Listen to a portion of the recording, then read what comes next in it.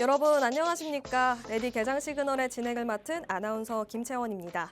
간밤 뉴욕 증시는 FOMC 경계감 속에서 3대 지수 모두 하락했습니다. 이제 다가오는 올해 마지막 통화회의에서 금리 인하는 거의 기정사실화됐지만 이미 시장은 금리 인하 기대감이 선반영된 흐름에 놓여 있습니다. 이제 시장은 올해가 아니라 내년에 금리 향방에 주목을 하고 있습니다. 이제 10일, 11일에는 FOMC 회의가 예정이 되어 있죠. 이어지는 점도표 또 경제 전망 보고서를 통해서 향후 내년에도 금리 인하가 계속될지 지켜보셔야겠습니다.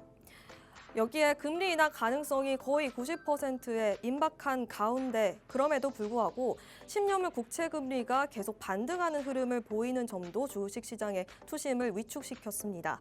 아무래도 내년 인플레이션에 대한 우려가 있고 또 금리 인하 지속 가능성을 경계하면서 이렇게 국채 금리가 반등하는 흐름을 보였다라는 풀이도 할 수 있었는데요. 11개 섹터 가운데 기술주만 상승부를 킨 채 마무리된 뉴욕 증시였습니다. 그렇다면 어제 국내 증시는 어떻게 마감을 했을까요? 어제 코스피 코스닥 분위기 좋았습니다. 양지수 모두 상승 마감했는데요. 변동성도 참 큰 하루였습니다. 오전장에서는 코스닥이 코스피보다 강했는데 오후 들어서는 코스피가 역전할 수 있었는데요. SK하이닉스가 장 후반에 반등에 성공했고 또 외국인의 매수세가 유입되면서 이렇게 전략 후강에 코스피가 연출이 되었던 하루였습니다. 코스닥은 요즘 11월 말부터 900선 위에서 계속해서 거래가 체결되고 있는데 어제는 알테오젠의 상승폭이 오후 들어서 둔화되면서 강보합권에 마무리된 하루였습니다. 이어서 환율은 계속해서 하향 안정화를 시도하고 있습니다. 어제 1,437원에 1,473원에 시작했지만 그래도 장 후반에 외국인의 매수세가 계속 유입이 되면서 1,460원대 후반대로 안정화된 흐름을 보였습니다. 장중 계속해서 등락을 반복했는데요. 역시 FOMC 회의를 앞두고 경계감이 살아있다라는 것을 포착할 수 있었습니다. 환율과 관련해서는 이 롤러코스터 장세가 계속 이어지는지 관련된 이슈들 체크업 하셔야겠습니다. 월요일장에서는 반도체 톱톱 모두 상승부를 켰습니다. 삼성전자는 약 한 달 만에 11만 전자를 회복했고요. SK하이닉스도 6%대 오름세를 시현하며 코스피 지수를 견인해 주었습니다. 여러 가지 호재가 있었지만 이 간밤에 엔비디아의 중국향 수출길이 승인되었다라는 상황 속에서 오늘 반도체주의 흐름이 어떨지 조금 있다가 이어지는 코너에서 자세히 알아보도록 하겠습니다. 저희 레디 개장 시그널 소개해 드리도록 하겠습니다. 저희 레디 개장 시그널은요, 간밤 미증시, 국내 증시 마감 시황은 물론이고요. 또 간밤에 있었던 글로벌 이슈들까지 함께 브리핑해 드릴 예정입니다. 또 개장 이후에는 개장 상황 함께 모니터링 할 예정이고요. 또 요즘 우리 시장에서 눈에 띄고 있는 트렌드 섹터까지 함께 전달해 드릴 예정입니다. 끝까지 시청하셔서 다양한 인사이트 얻어가시길 바랄게요. 저희 방송 또 유튜브로도 시청 가능합니다. 유튜브에 팍스경제TV라고 검색하셔도 좋고요. 하단에 나와 있는 QR코드 타고 들어오시면 저희 방송과 연동되어 있는 링크가 하나 뜹니다. 그 링크 타고 들어오시면 저희 방송 실시간으로 시청 가능하고요. 다시 보기도 가능합니다. 놓치셨으면 꼭 시청해 주시길 바라고요. 또 저희 방송 저희 방송 이제 국내 증시 마감 상황 알아볼 시간이죠. 소라영 캐스터가 준비했다고 합니다. 전해주시죠. 안녕하세요. 레디 개장 시그널 캐스터 소라영입니다.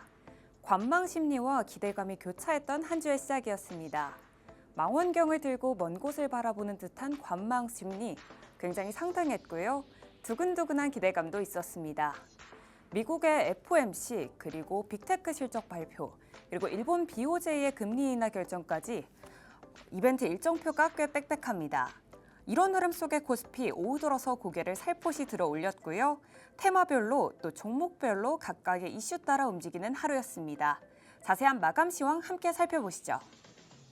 양시장 하락하는 흐름 속 하락하는 종목의 개수는 많긴 했지만 지수는 양시장 모두 빨간불 켜냈습니다. 대형주들이 돌아가면서 지수의 하단을 지지하고 또 끌어주는 모습 보여줬는데요. LG에너지솔루션의 대형 수주 이슈, 그리고 하이닉스의 반등에 힘입어 전약 후강 흐름 보여줬던 코스피였습니다. 또 오후가 되면서 외국인이 매도 규모를 또 줄여내면서 지수에 긍정적인 영향을 미쳤는데요. 코스피 4,154선을 장 마감하면서 1.3%대 상승세 보여줬습니다. 또 코스닥 보시면요. 전일 종가 대비 0.33% 상승한 927선에 월요일장 마무리했습니다. 이어서 수급 상황 함께 살펴보시죠. 먼저 코스피입니다. 코스피는 장 초반 팔자세 보이던 외국인이 장 막판에 대량 매수로 전환하면서 지수를 끌어올리며 강세로 마감했습니다. 반면 코스닥은 외국인이 3,800억 원 넘게 사들이면서 매수세를 유지했지만 개인과 기관이 쌍끌이 이렇게 팔아치우면서 상승폭은 크지 않았습니다. 이어서 시장이 주목한 핫 이슈 두 가지 만나보시죠. 첫 번째 소식입니다. 국내 증시 FOMC를 앞두고 4,100선을 넘어섰습니다. 장 초반에는 소폭 오르면서 출발했지만 외국인 매수세가 들어오면서 강하게 반등하며 상승 마감했는데요. 투자자들 사이에서는 산타랠리에 대한 기대감도 확산되는 모습입니다. 미국 연준은 이번 회의에서 0.25%포인트 기준금리 인하 가능성이 높게 점쳐지고 있습니다. 고용지표 둔화가 뚜렷해지면서 내년 금리 인하 폭이 더 커질 수 있다라는 전망도 나오고 있습니다. 다만 연준 내부에서 동결을 주장하는 위원들도 있고 0.5%포인트 인하를 요구하는 인사도 있어 의견이 조금 엇갈리고 있습니다. 핵심은 이렇게 내부 의견이 엇갈려도 인하 기조 자체는 크게 흔들리지 않는다는 점입니다. 이런 가운데 국내 증시에서는 외국인 자금이 꾸준히 유입되고 있습니다. AI와 반도체, 전력기기 그리고 조선 등 실적 기반 업종군이 시장의 상승을 견인하면서 이번 FOMC 결과가 나와도 큰 변동보다는 장기적인 투자 관점에서 대응하는 게 더 중요하게 보여지고 있습니다. 특히 투자자분들께서는 연준의 금리 결정과 국내 외국인 자금 흐름, 그리고 AI 등 신산업 관련 실적 업종을 주목하시면 좋을 것 같습니다. 이 세 가지가 국내 증시 단기 변동뿐 아니라 향후 방향성에도 큰 영향을 줄 가능성이 높아 보입니다. 이어서 두 번째 소식입니다. 두 번째 소식, 알테오젠 소식 가지고 왔습니다. 코스닥 시총 1위 종목이죠. 알테오젠이 코스닥에서 코스피로 이전 상장을 결정했습니다. 이번 결정은 안정적인 투자 환경을 만들고 기업 가치를 높이기 위한 조치라고 회사 측은 밝혔습니다. 알테오젠은 지난 10년 동안 시가총액이 약 170배 성장하며 눈에 띄는 성장을 보여줬는데요. 정맥 주사를 피하 주사로 바꾸는 하이브로자임 기술을 기반으로 바이오 시밀러와 바이오 베터를 개발해온 점도 주목할 만합니다. 이번 코스피 이전으로 외국인과 기관 투자 유입이 활발해질 것으로 기대되지만 한편으로는 코스닥주 시장에서 우량주의 이탈로 유동성이 줄어들 수 있다는 점도 함께 주목하셔야겠습니다. 시장에서는 과거 NC소프트, 네이버, 셀트리온 등 코스닥 우량주가 코스피로 이전하면서 코스닥이 코스피 2군으로 평가받기도 한다라는 사례를 참고하고 있습니다. 이어서 업종별 흐름 살펴보시죠. 네, 반도체와 2차 전지, 기존 주도주들이 다시 전열을 정비한 가운데 로봇주, 이 탓을 틈타서 주도주 명단에 이름을 올리는 듯 싶습니다. 반면에 제약바이오주 같은 경우에는요, 같은 업종 안에서도 온도 차이가 뚜렷했던 만큼 웃는 종목과 쉬어가는 종목 이렇게 나뉘었던 하루였습니다. 첫 번째는 2차 전지입니다. 오늘 시장의 중심엔 바로 LG 에너지 솔루션이 있었죠. 벤츠와 2조 원 규모의 배터리 규모 공급 계약이 전해지면서 주가가 6% 가까이 상승했습니다.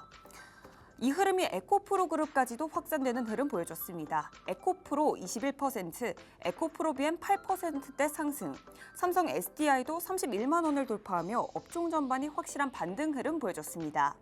두 번째로 반도체 확인하셔야 됩니다. 오전장만 하더라도 숨지기던 하이닉스 상승 전환하면서 눈에 띄는 하루였습니다.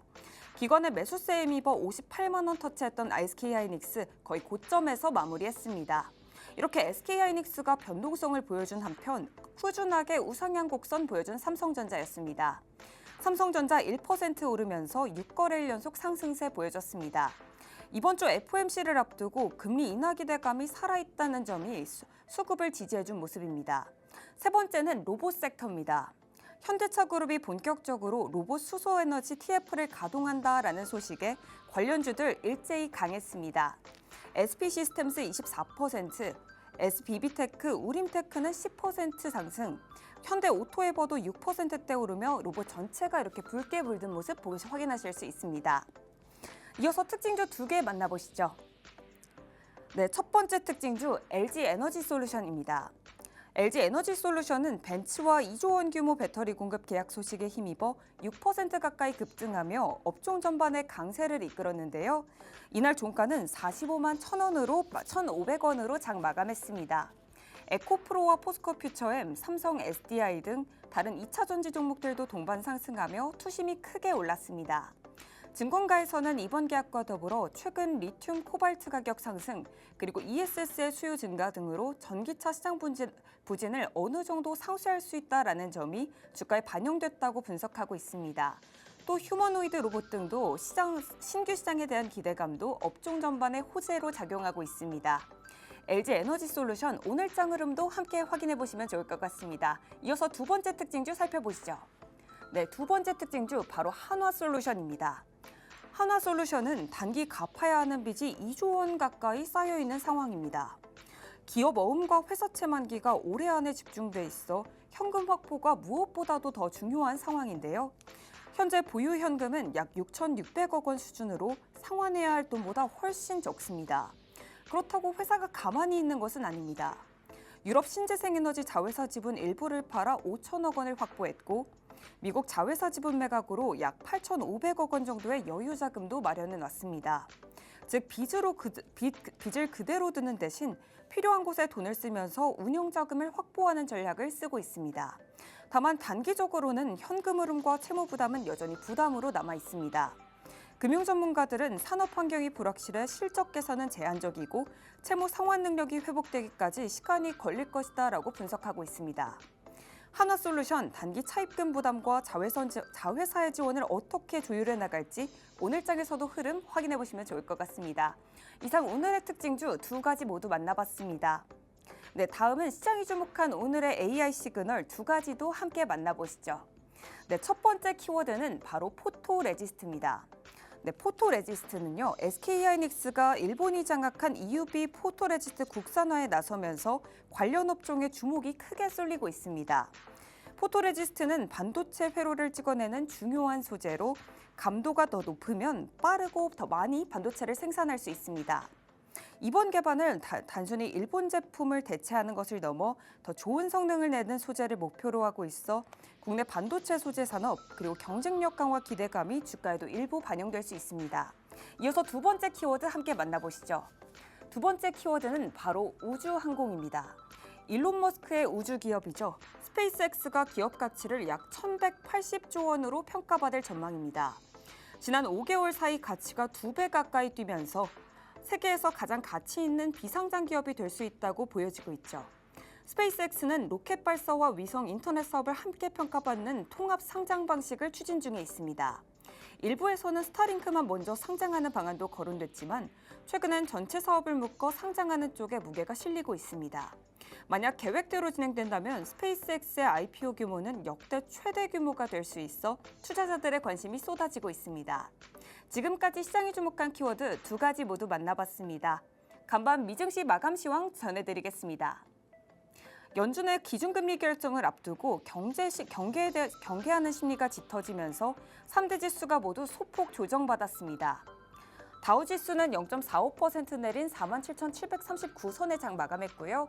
나스닥 기술주 중심의 나스닥 0.14%, S&P 500 0.35% 하락 마감했습니다. 시장에서는 금리 동결은 이미 반영됐다라는 분위기고요. 파월 의장의 발언과 그리고 점도표가 이번 주 시장의 방향을 가를 핵심 변수로 떠오르고 있습니다. 이어서 간밤 미증시 상황 대형 업종별 흐름으로 함께 살펴보시죠. 네, 간밤 미국 시장은요, 정부 규제와 메가테크 내부 이슈 그리고 콘텐츠 빅딜 불확실성이 업종별로 엇갈린 하루였습니다. 먼저 반도체는 크게 올랐습니다. 미정부가 엔비디아 H200의 중국 수출을 부분 허용할 수 있다는 소식이 돌면서 엔비디아와 브로드컴 그리고 마이크론까지도 강하게 오른 흐름 보였습니다. 네, 그리고 반면에 빅테크에서 보시면요, 애플은 약세 보였습니다. 애플 칩 개발의 핵심 인물들이 연달아 회사를 떠날 수 있다는 얘기가 나오면서 프리장부터 투자 심리가 크게 흔들렸습니다. 마지막으로 커뮤니케이션 콘텐츠 업종은 하락했습니다. 넷플릭스의 워너브라더스 인수설에 파라마운트가 들어오면서 정부 규제와 추가 인수전이라는 불확실성이 커졌고요. 넷플릭스와 구글이 눈에 띄게 밀렸습니다. 네, FOMC를 앞둔 한 주의 시장은 전반적으로 거래가 한산한 가운데 부진하게 출발했습니다. 뉴욕 연준 소비자 조사에서는 물가 기대는 그대로지만 가계 재정 약화 우려가 커진 모습이었고요. 여기에 노동부가 10월 PPI 발표를 전격 취소하면서 시장은 한 차례 더 하방 압력을 받고 있었습니다. 다만 장 후반에는 3대 지수 모두 저점을 높이며 마무리된 하루였습니다. 네, 이럴 때일수록 중요한 게 바로 장전 전략이겠죠? 저희 하단에 있는 QR코드 스캔하시면요. 계속해서 저희 소식 실시간으로 만나보실 수 있고요. 오늘 방송도 끝까지 함께 하시면서 시그널 포착해 가시길 바랍니다. 저는 지금까지 워밍업 도와드린 캐스터 소라영이었습니다.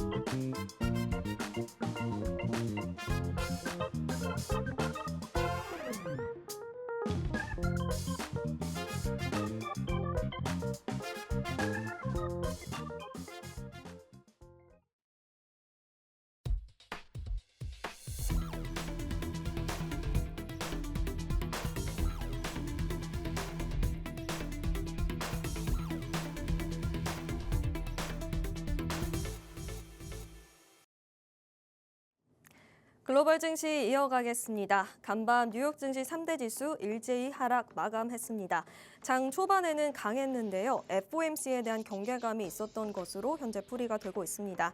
11개 섹터 가운데 기술주만이 상승을 했는데요. 섹터 내에서는 개별 종목 단의 이슈에 따라서 좀 엇갈리는 흐름을 가져갔다라고 요약할 수 있겠습니다. 물론 금리 인하 가능성이 현재 90% 가까이 치솟았습니다. 9월 PCE가 좀 완만하게 잘 나왔고 또 고용이 둔화된 흐름을 보이면서 연준이 금리 인하를 하지 않을 이유가 없다라고 시장을 베팅을 하고 있는 건데요. 하지만 이는 이미 시장에 선반영된 재료이기 때문에 간밤 미증시의 지수를 견인해주지는 못했습니다.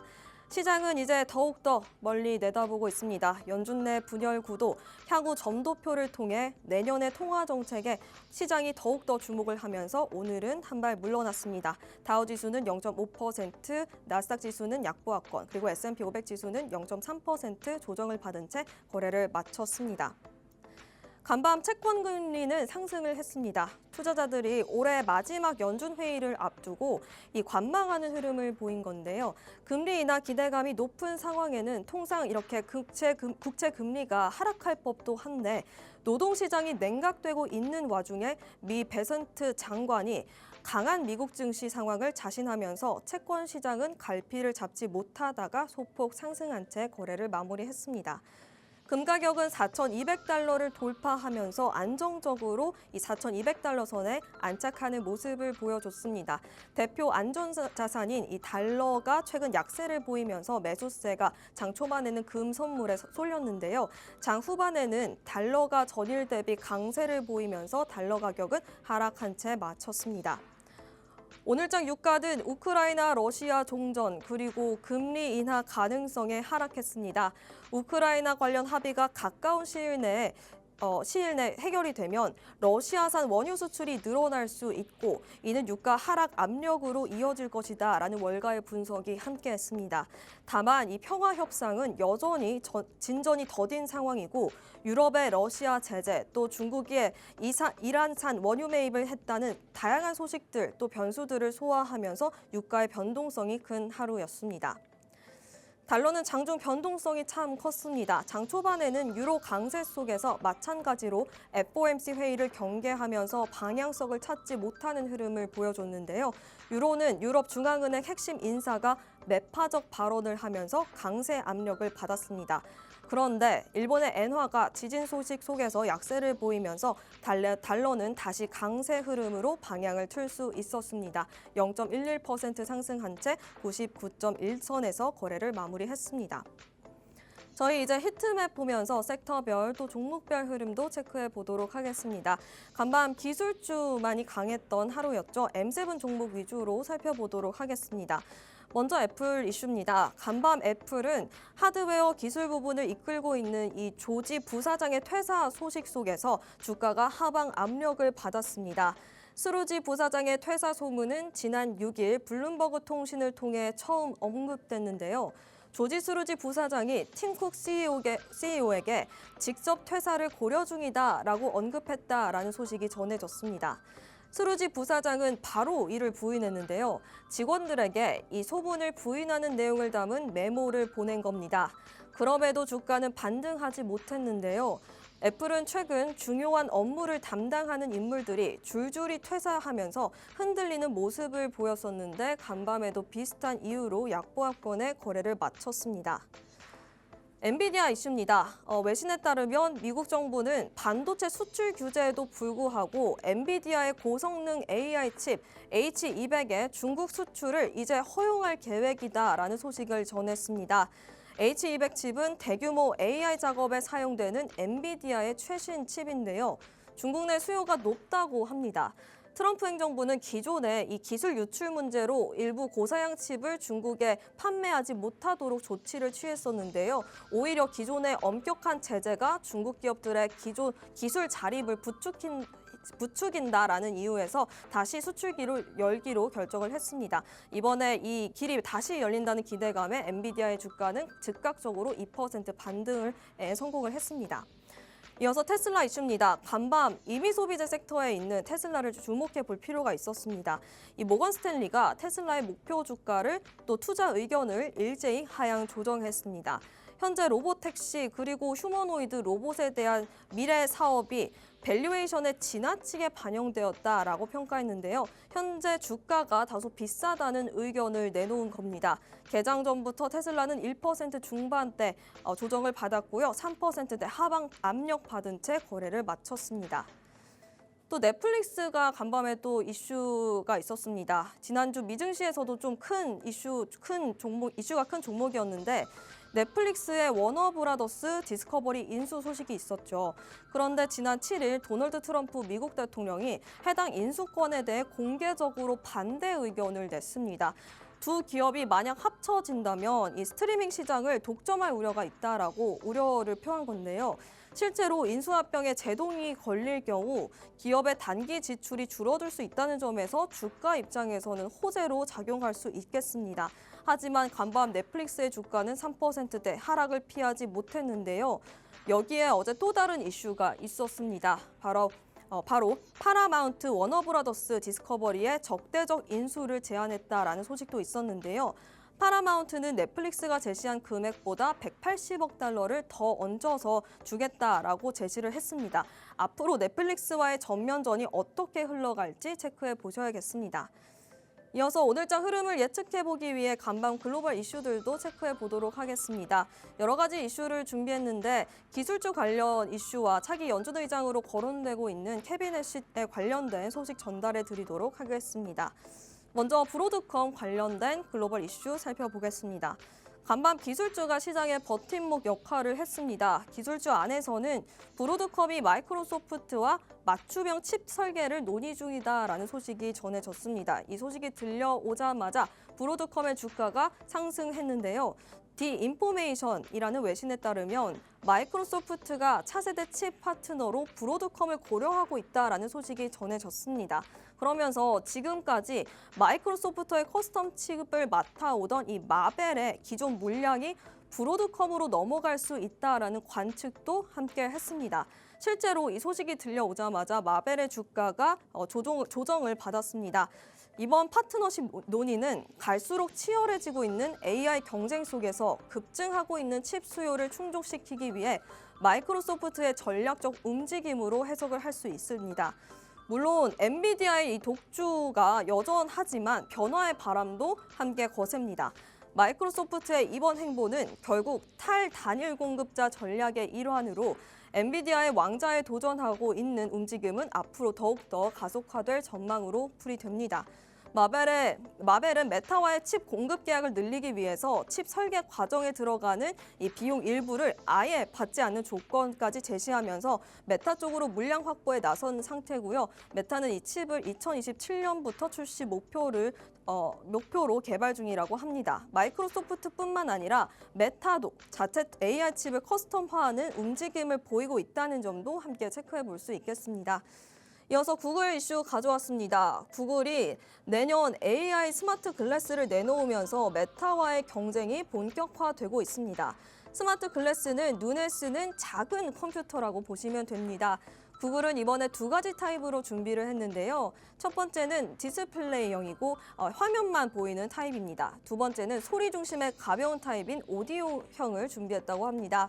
여기에 삼성전자도 젠틀모스터 등이 초기 하드웨어 파트너로 참여한다고 전해졌습니다.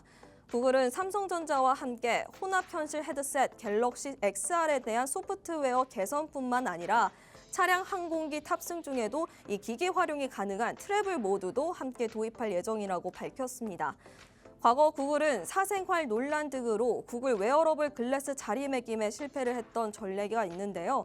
이번에는 아예 새로운 OS 기반의 정교한 제품 전략을 내세우면서 재도약을 노리고 있습니다. 현재 AI 증강현실 글래스 시장은 경쟁이 굉장히 치열합니다. 구글뿐만 아니라 메타도 속도를 내고 있는데요. 메타는 구글에 비해서 저가형 제품군을 확보하고 있고요. 스냅과 애플의 파트너십도 예고한 상태입니다. 업계에서는 구글이 메타에 뒤처졌던 이 웨어러블 AI 기기 분야에서 다시 한번 승부수를 던지는 행보라고 평가하고 있습니다. 마지막으로 캐비넷의 발언에 대해서 이슈를 준비해봤습니다. 차기 연준 의장으로 유력한 인물이죠. 캐비넷인 애니시 위원장이 이렇게 발언을 했습니다. 연준이 앞으로 6개월 동안 금리를 어떻게 내릴지 미리 다 공개를 하는 건 무책임한 일이다라고 잘라 말했습니다. 연준의 역할은 경제 지표를 보면서 그때그때 조정을 하고 설명을 해주는 역할이지 6개월 계획을 미리 이렇게 못 박는 게 아니다라고 강조한 겁니다. 또 해시은 내년까지 금리를 얼마나 더 내려야 하는가라는 질문에는 중요한 건 숫자와 데이터라고 발언하며 이 질문에 대한 직접적인 답은 회피했습니다. 그는 연준 내부에 여러 가지 의견이 있지만 파월 의장이 잘 설득을 해서 이번 주 금리 인하에 대해서는 어느 정도 공감대가 형성된 것 같다라고도 말을 덧붙였습니다. 다만 어디까지나 데이터 기반으로 신중하게 더 내려야 한다라는 입장을 고수했습니다. 또 하나 눈에 띄었던 대목은 AI 투자에 대한 평가였는데요. 해시은 지금의 AI 투자가 1990년대 컴퓨터 혁명과 비슷한 긍정적 공급 충격을 만들 수 있다고 봤습니다. 여기서 공급 충격이란 기술 발전으로 생산성이 확 뛰면서 물가는 눌러주고 성장은 끌어올리는 효과를 말합니다. 그러니까 AI 덕분에 기업이 더 싸게, 더 효율적으로 생산하면 오히려 인플레이션은 잡을 수 있고 경제는 커지는 그림을 기대할 수 있는 거죠. 또 간밤에 트럼프 대통령이 AI 산업 관련해서 규제를 일원화하겠다라고 밝힌 점도 주목해 볼 필요가 있겠습니다. 기업들의 규제 부담을 완화시켜주기 위해서 AI 분야에서 우위를 또 지키기 위한 의지를 피력한 건데요. 이 행정명령이 발동되면 향후 AI 인프라가 정말 개선될 수 있을지 주가가 탄력을 받을 수 있을지 지켜보셔야겠습니다. 케빈 해시 발언으로 돌아오겠습니다. 금리와 채권 시장에 대해서도 코멘트를 남겼는데요. 해시는 물가가 안정되고 성장도 유지된다면 10년물 국채금리가 현재 계속 튀고 있는데 지금보다 더 내려갈 여지가 있다라고도 평가했습니다. 그러면서 올해 초에 비해서 채권 시장은 많이 안정되었다라는 평가도 함께 했습니다. 저희 이렇게 글로벌 시장 분위기까지 살펴봤고요. 이제 시선을 국내 시장으로 돌려보도록 하겠습니다. 어제장 거래대금 상위단에 어떤 종목들이 강했는지 저희 코스피부터 살펴보도록 할게요. 저희 먼저 SK하이닉스 이슈부터 차근차근 살펴보도록 하겠습니다. 어제 막판에 급등했었던 SK하이닉스를 비롯해서 삼성전자 또 이수페타시스 등 반도체주의 상승세가 두드러졌는데요. 4분기 호실적에 대한 기대감 또 긍정적인 재료들이 많이 있었습니다. 일단 지난 금요일 뉴욕 증시가 예상치에 부합한 PCE 물가 지표를 발표했다는 점, 또 금리 인하 기대감이 커졌다는 점에 뉴욕 증시가 일제히 올랐고 이 가운데 증권사에서도 반도체주의 4분기 호실적 전망을 내놓으면서 매수세가 자극된 것으로 풀이되고 있습니다. LS증권에서는 삼성전자와 SK하이닉스의 목표 주가를 각각 14만 원, 70만 원으로 상향 조정했는데요. 현재 메모리 가격 강세가 지속되고 있고 삼성전자와 SK하이닉스의 4분기 영업이익이 모두 시장의 컨센을 웃돌 것이다라고 예상을 했습니다. 개별적으로는 하이닉스는 이 AI 밸류체인 속에서 HBM 수혜를 가장 크게 받을 것으로 예상이 되고 있는데요. 삼성전자는 물론 경쟁사 대비해서 엔비디아발 HBM 진입이 늦어서 좀 조정을 받고 있지만 최근 구글의 TPU 강세로 인해서 HBM 수요 다변화에 대한 수혜가 예상된다고 전했습니다. 구글뿐만이 아니라 아마존, 마이크로소프트 등 AI 생태계가 다변화될 전망이기 때문에 반도체 기업의 실적 개선은 저희가 기대할 수 있는 상황이라고 요약할 수 있겠습니다. 이어서 코스닥 시장의 흐름도 거래대금 상위단 통해서 살펴보도록 하겠습니다. 먼저 어제 2차전지가 강했죠. 관련된 종목들 가져와 봤는데요. LG에너지솔루션부터 체크해 보도록 하겠습니다. 어제 2차 전지주가 강한 가운데 LG에너지솔루션이 벤츠와 2조 원 규모의 계약을 체결했다라는 소식에 강세를 보였습니다. 사실 LG에너지솔루션과 벤츠는 이미 계약을 체결한 전례가 있는데요. 2024년 이후 네 번째 수주 공시가 어제 공개가 됐습니다. 이번 네 번째 수주에는 좀 특별한 점이 있습니다. 기존에 공급하던 배터리는 고성능 하이엔드 모델에 들어가는 배터리였는데요. 이번에 들어가는 배터리는 이 중국이 꽉 잡고 있다는 중저가형 전기차 모델에 탑재되는 배터리일 가능성이 높다고 전해졌습니다. 삼성증권에서는 단기 펀더멘털 개선은 좀 제한적일 수 있겠지만 중장기적 모멘텀으로는 긍정적이다라고 평가를 내렸습니다. 어제 주가는 수주 소식에 힘입어서 7% 가까운 급등을 보이기도 했는데요. 종가는 6% 가깝게 형성하며 거래를 마무리했습니다. 어제 2차 전지주들 동반 강세 흐름을 보인 가운데 에코프로 형제주들도 또 강했습니다. 에코프로가 무려 21% 급등세를 시현했는데요. 이 급등장 배경으로는 이제 어제 알테오젠 코스피 이전 상장 이슈가 있었습니다. 알테오젠이 코스피로 이사를 가게 되면 에코프로 형제주가 1위 자리를 차지할 거기 때문에 이 기대감으로 어제 급등세를 시현한 건데요. 관련된 이슈 알테오젠도 빠르게 살펴보도록 하겠습니다. 알테오젠은 이제 어제 9시에 임시 조총이 있었죠. 코스피 이전 상장이 확정이 됐습니다. 그 소식 속에서 장 초반부터 강하게 치고 올라갔습니다. 장 후반에는 물론 외국인과 기관의 매도세에 조정을 받았는데요. 사실 이전에 셀트리온 사례가 있기 때문에 이전 상장 이야기가 나올 때마다 이 전례를 이야기 안 할 수가 없습니다. 2017년 또 18년에 셀트리온이 코스피로 이전을 하면서 주가가 고공행진했던 전례가 있다는 점까지 체크하시면서 알테오젠은 오늘 또 어떤 흐름을 보일지 살펴보도록 하겠습니다. 네, 저희 전거래 거래대금 상위단까지 체크해봤고요. 현재 오프닝 배 올린 지 5분 정도 지났는데 저희 개장 상황 체크한 뒤 다시 돌아오도록 하겠습니다.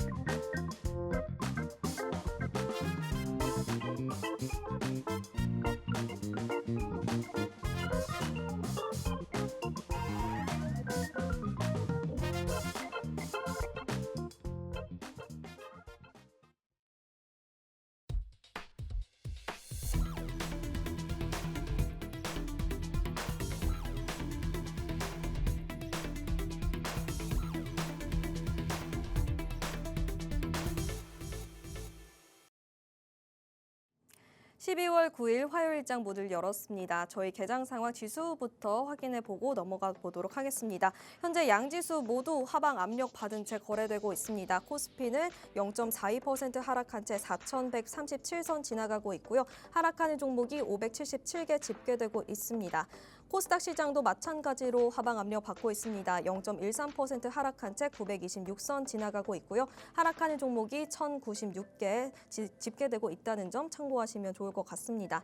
이어서 투자자별 매매 동향도 살펴보겠습니다. 어제는 외국인의 수급이 들어오면서 지수가 그래도 상승할 수 있었는데 현재 오전장에서는 코스피 외국인들이 1,200억 원 넘게 팔자세로 대응하고 있습니다. 기관도 마찬가지로 소폭 물량을 덜면서 주가에 하방 압력을 가하고 있고요. 코스닥에서도 마찬가지로 외국인과 기관의 양 매도세가 눈에 띕니다. 777억 원, 204억 원 팔자세 보이고 있다는 점 참고하시면 좋을 것 같고요. 시가총액 상위단도 살펴보겠습니다. 현재 1위부터 10위까지 혼조 흐름 나타나고 있습니다. 삼성전자, SK하이닉스 희비가 엇갈리고 있는데요. 삼성전자는 소폭 상승한 채 10만전자 위에서 거래되고 있고요. SK하이닉스는 1% 넘게 하방 압력 받은 채 57만 원 선에 거래되고 있습니다. 간밤에 뉴욕 증시에서 그래도 필라델피아 반도체 지수가 1% 넘게 상승한 채 거래를 마쳤는데 반도체주 현재 투톱 희비가 엇갈리고 있다는 점 참고하시면 좋을 것 같고요. KB금융도 현재 0.23% 밀리고 있고 두산 에너빌리티는 보합권에서 방향을 찾지 못하고 있습니다. 이어서 코스닥 시장도 빠르게 살펴보겠습니다. 현재 1위부터 10위까지 일제 혼조 흐름 보이고 있고요. 알테오젠, 에코프로 BM만 상승부를 10위단에서는 켜고 있습니다. 네, 여기까지 저희 개장 상황 살펴보도록 하고요. 요즘 우리 시장에서 눈에 띄고 있는 트렌드 섹터 살펴볼 시간이죠. 주소연 캐스터가 준비했다고 합니다. 안녕하세요. 캐스터 주소연입니다. 12월의 산타랠리에 대한 기대감이 점점 커지고 있는데요. 전일 코스피는 FOMC 회의를 앞두고 간망세를 짙게 펴지면서 4,100선의 공방을 이어갔습니다. 장 초반에는 외국인과 기관의 동반 매도로 4,080선까지 밀렸지만 LG에너지솔루션의 대규모 수주 소식과 또 2차 전지의 매수세가 유입되면서 여기에다가 또 반도체주까지 강세를 보이자 이 팔자세였던 외국인이 순매수로 돌아서면서 지수를 끌어올렸습니다. 이후 낙폭을 일부 만회하면서 점차 안정세로 흐름을 이어갔는데요. 결국 양재 지수 모두 오름세로 거래를 마쳤습니다. 그럼 지난 거래일 동안 우리 시장을 움직였던 주요 섹터 흐름들 살펴보겠습니다. 오늘은 2차 전지, 로봇, 제약바이오, 방산 섹터들 살펴보겠습니다. 먼저 2차 전지 섹터 살펴볼 텐데요. LG 에너지 솔루션이 미국에 이어서 유럽에도 장기 매출 기반을 본격적으로 강화하고 있습니다. 벤츠와 약 2조 원 규모의 전기차 배터리 공급 계약을 체결했다라는 소식이 전해졌는데요. 이번 계약 규모는 지난해 매출액 대비 약 8%에 해당하는 규모라고 합니다. 단일 계약으로만 봐도 상당히 의미가 있는 규모인데 이 공급 기간은 2028년 3월부터 2035년 6월까지로 북미와 유럽 지역의 배터리가 공급될 예정이고요. 7년 이상 장기 계약이라는 점에서 향후 실적 가시성을 높여주는 요소로 평가받고 있습니다. 특히 주목할 점은 이번 계약이 벤츠와의 첫 거래가 아니라는 점입니다. LG 에너지 솔루션은 지난해에 이어서 올해까지 벤츠와 총 4차례의 전기차 배터리 공급 계약을 체결했는데요. 사실상 배터리 동맹을 공고히 하고 있다고 보실 수가 있겠습니다. 지난달에는 서울 여의도에서 벤츠 회장과 직접 만나서 미래차 협업 방안을 논의하면서 전략적 협력 관계를 재확인하기도 했는데요. 이렇게 LG 에너지 솔루션은 벤츠와 파트너십을 지속적으로 유지하면서 좋은 관계를 이어오고 있습니다. 최근 시장에서는 전기차 캐즘이라고 하죠. 다시 말해서 전기차 수요 둔화에 대한 우려가 계속해서 제기가 되고 있는데요. 이런 상황 속에서도 LG 에너지 솔루션을 비롯한 국내 배터리 업계는 새로운 돌파구를 적극적으로 모색하고 있습니다. 특히 미국을 중심으로 ESS와 로봇용 배터리 등 신규 수요처로 사업 영역을 빠르게 확장하고 있는데요. LG 에너지 솔루션 역시 미국 ESS 시장에서 현지 생산 체제를 선제적으로 구축하면서 수익성 개선 기대감을 높이고 있습니다. 이 같은 소식에 LG 에너지 솔루션의 주가는 전일 6% 가까이 급등하면서 45만 1,500원의 거래를 마감했습니다. 그리고 이러한 훈풍은 2차 전지 업종 전반으로도 이어졌는데요. 에코프로 21% 넘는 급등세를 기록했고요. 에코프로 BM도 8% 이상 오르면서 강세를 보였습니다. 네, 다음으로 로봇 섹터 살펴보겠습니다. 최근 로봇주가 연이어 강세를 보이고 있습니다. 이번 로봇주 중심의 상승 랠리는 역시 미국의 로봇 산업 육성 정책과 현대차 로봇 프로젝트가 핵심 트리거로 적용하고 있는데요.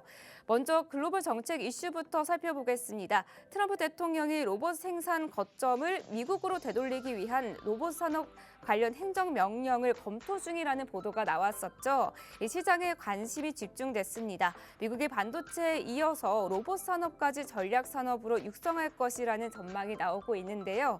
이에 따라서 내년부터 로봇 산업에 대한 정책적 지원이 강화될 것이다라는 기대감까지 나오면서 로봇주 전반의 강세로 이어지고 있습니다. 국내 이슈도 강력합니다. 현대차 그룹은 최근 수소 로봇 사업 전반 TF를 신설하면서 관련 사업에 대한 의지를 분명히 했습니다. 또 이달 초에는 국민성장펀드를 계기로 마련된 정부의 인공지능 전환 프로젝트 간담회에서 로봇 생산 투자 계획을 직접 언급하면서 로봇 기업 이미지를 각인시켰는데요. 현대차 그룹은 향후 AI 공장을 도입해서 자율주행, 로봇택시, 로보틱스 분야에서 AI 학습과 시뮬레이션 성능을 대폭 강화할 계획이라고 밝혔습니다. 이처럼 국내 기업의 투자 확대와 글로벌 정책 기대감이 맞물리면서 로봇 관련주들의 구조적인 성장 기대를 반영한 모습인데요. 실제로 종목별 움직임을 보시면요. SP 시스템스가 24% 넘는 급등세를 보였고요. 또 두산 로보틱스는 0.74% 상승했습니다. 여기에다가 레인보우 로보틱스도 1.6% 오르면서 상승 흐름을 이어갔습니다. 네, 다음으로 제약바이오 섹터 살펴보겠습니다. 코스닥 시가총액 1위를 지켜왔던 알테오젠이 코스피 이전을 결정했습니다. 알테오젠은 전날 임시 주주총회를 통해서 코스닥 상장 폐지와 코스피 이전 상장 안건을 승인했는데요. 유가증권시장 상장 예비심사 청구서를 제출한 뒤 관련 절차를 거쳐서 내년에 코스피 상장이 이뤄질 전망입니다. 이번 이전 성장은 시장에서 의미가 상당히 큽니다. 2005년부터 운영된 기술 특례 상장 제도를 통해서 상장 303개 기업 가운데 코스피로 이전한 첫 사례가 될 가능성이 높기 때문인데요. 이 시장에서는 이전 상장이 완료될 경우에는 알테오젠이 삼성중공업과 삼성화재를 웃도는 코스피 시가총액 28위권에 진입할 수 있을 것으로 보고 있습니다. 또 알테오젠이 코스피 시장에 입성하게 되면 외국인과 기관 자금 유입이 한층 활발해질 것이라는 기대감도 더해지고 있는데요. 이 대형 바이오 기업의 코스피 편입은 제약 바이오 지수 전체의 재평가로 이어질 수 있다는 분석도 제기되고 있습니다. 다만 주가 반등은 제한적이었습니다. 알테오젠은 0.33% 상승 마감했지만 이 훈풍이 업종 전반으로는 확산되지 못했습니다. 삼성 바이오로직스는 0.73% 하락했고요. DMP 파마텍도 13% 넘게 급락하면서 변동성을 키웠습니다. 네, 마지막으로 방산 섹터 살펴보겠습니다. 전 세계적으로 종전 기대감이 약화되면서 방산주가 다시 한번 주목받고 있습니다. 먼저 동남아 상황을 보시면요. 이 태국과 캄보디아가 국경지대에서 다시 충돌하면서 트럼프 대통령이 중재했던 휴전 합의가 사실상 무산됐습니다. 트럼프 대통령이 개입해서 지난 10월 26일 말레이시아 쿠알라룸푸르에서 양국 간 휴전 협정이 체결됐지만 휴전 2주 만인 지난달 10일 태국군 한 명이 국경지대에서 지뢰를 밟아 중상을 입는 사건이 있었는데요. 이 때문에 협정 이행은 무기한 중단된 상태입니다. 휴전 6주 만인 이날 공습이 시작되면서 트럼프 대통령이 중재한 휴전 협정은 결국 무산돼버린 건데요. 또 러시아와 우크라이나 전쟁 종식 논의도 진전을 보이지 못하고 있습니다. 트럼프 대통령이 직접 나서서 주도하고는 있지만 이 러시아가 우크라이나 영토 점령에 속도를 내고 있다는 소식이 전해지자마자 협상은 사실상 교착 상태에 머물러 있습니다. 여기에다가 중동, 우크라이나 등 여러 전선에서 무기 재고가 크게 소진된 만큼 글로벌 방산 기업들의 재고 확충 수요가 본격화될 시점이라는 분석도 나오고 있습니다. 이 같은 기대감에 방산주 전반이 강세를 보였습니다. 하나 에어로스페이스가 4% 넘게 올랐고요. 현대 로템은 5.55% 상승하면서 6% 가까이 상승할 수 있는 기대감도 보였습니다. LIG 넥스원도 4% 가까이 강세를 기록했습니다. 또 대성 하이텍이 유럽 방산 고객사와 약 227억 원 규모의 방산 부품 공급 계약을 체결했다라는 소식도 방산주 전반의 호재로 작용했습니다. 지난해 매출의 약 24.4%에 해당되는 규모인데요. 이번에 수주한 제품은 기존 미사일 부품보다 더 높은 정밀도와 파편 시뮬레이션 기준을 충족하는 차세대 미사일 부품입니다. 이 같은 호재의 대성 하이텍은 14.59% 급등하면서 강한 흐름을 보였습니다. 네, 이렇게 지금까지 최근 시장을 주도한 4개의 섹터 흐름 살펴봤는데요. 서서히 내년을 준비해가면서 투자의 방향성을 잡아가야 할 때입니다. 내년 코스피가 5천선을 돌파할 수 있다는 기대감까지 나오고 있는 이런 상황에서 올해 연말 산타랠리에 대한 기대감을 커지고 있는데요. 지금의 시장 흐름이 어떻게 이어질지 계속해서 저희와 함께 하시면서 투자 전략 챙겨가시기 바랍니다. 지금까지 캐스터 주소연이었습니다. 네, 저희 트렌드 섹터까지 만나봤습니다. 저희 오전장 지수부터 확인해 보도록 하겠습니다. 현재 양시장 여전히 파란불을 킨 채 거래되고 있습니다. 코스피는 0.4% 하방 압력이 더 거세졌고요. 4,136선 지나가고 있습니다. 코스닥은 현재 양전 한 채 0.01% 강보합권에 거래되고 있고요. 927선 위로 올라왔다는 점 체크하시면 좋을 것 같습니다. 수급도 체크해 보겠습니다. 외국인이 현재 코스피, 코스닥 양시장 시장에서 1,000억 원 넘게 물량을 던지면서 지수에 하방 압력을 가하고 있습니다. 기관도 마찬가지로 소폭 물량을 덜면서 마찬가지로 주가에 부담으로 작용을 하고 있습니다. 시가총액 상위단도 살펴보겠습니다. 삼성전자, SK하이닉스 이전에는 혼조 흐름을 보였는데 현재는 각각 0.5%, 1.2% 조정을 받은 채 거래되고 있습니다. 그래도 삼성전자 10만 전자 위에서 거래되고 있다는 점 참고하시면 좋을 것 같고요. 그 외에도 두산 에너빌리티, 기아도 조정을 받고 있다라는 점 함께 체크해 봅니다. 코스닥 시장에서도 알테오젠, 에코프로비엠, 에코프로 형제주들은 강하지만 이외에 바이오주들은 어제에 이어서 계속해서 조정을 받고 있다라는 점 체크하시면서 시장에 대응하시면 좋을 것 같습니다. 계속해서 우리 트렌드 섹터에서 만나봤던 다양한 섹터들이 코스피 시장에 활력을 불어줄지 귀추가 주목이 되는데요. 이어지는 팍스경제TV의 다양한 프로그램들 통해서 다양한 시그널들 계속해서 포착해 가시기 바랍니다. 저희가 방송에서 준비한 소식은 오늘 여기까지고요. 방송 중에 제공되는 정보는 투자 판단에 대한 조언일 뿐 해당 종목의 가치 또는 상승 하락을 보장하지 않습니다. 이 점 유의해 주시고요. 저희는 내일 같은 시간에 인사드리도록 하겠습니다. 시청해 주셔서 감사합니다.